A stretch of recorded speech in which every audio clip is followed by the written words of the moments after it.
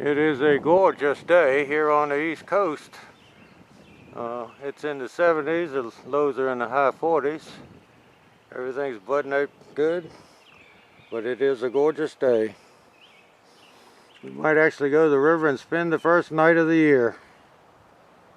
My bride had to work today. She had to work one weekend day a month and one holiday a quarter. Once I listened to myself talk on a video talking about fertilizers, I wanted to get back on fertilizers for a minute, because if you're planting a whip, you do need some fertilizer when you plant the whip. And lime is another thing.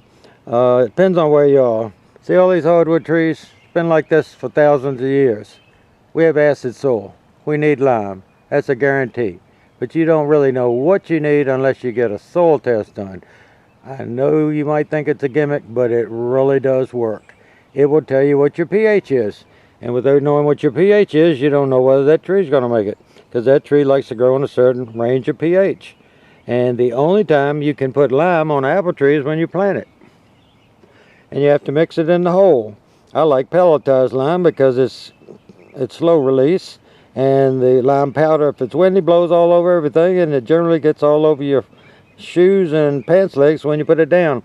But you can only put lime in when you plant the whip. And you have to mix it up really good, because you don't want anything to come in contact with your roots, because the roots are tending, they could die. And when you plant a tree, depending on your area, like here, I wouldn't really have to worry about it because this soil is just so deep and so fertile. But if your pH is off, if you're missing things, you would use a basic formula 10-10-10. And you can, I can't tell you what you need for fertilizer on your property because I don't know what your pH is. I can't just tell you to put this much on at this point, this much later. I know when you plant a whip, you would put some fertilizer down. You don't have to put it particularly in the hole.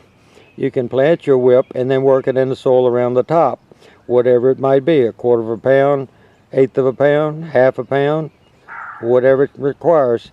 After about, I forget, 5-6 weeks or so, you do it again and then you let it go. This soil is so fertile, I don't worry about it. So I'm trying to warn people about too much nitrogen, because it can lead to fire blight, which is just horrendous. Now, most people, when you look up stuff on apples, will say you can always tell whether you need nitrogen by the growth in your branches. Well, when you got a whip, you don't know how much the growth is. Without a soil test, you cannot tell what you need to put on in your soil and around your plant when you plant a whip. I can't help you. Some states have soil that requires more potash and less nitrogen. Some might require more nitrogen and less potash. So anyway, you got to figure it on the potassium and the phosphorus and the nitrogen level for your area. The Extension Service generally will do it. They'll divide a state up into zones, and they'll tell you which trees grow best in each zone, what you need to amend the soil with. And as long as, after it's growing like this one is, as long as I'm getting good growth every year, it's getting all it needs. I don't need to give it any more.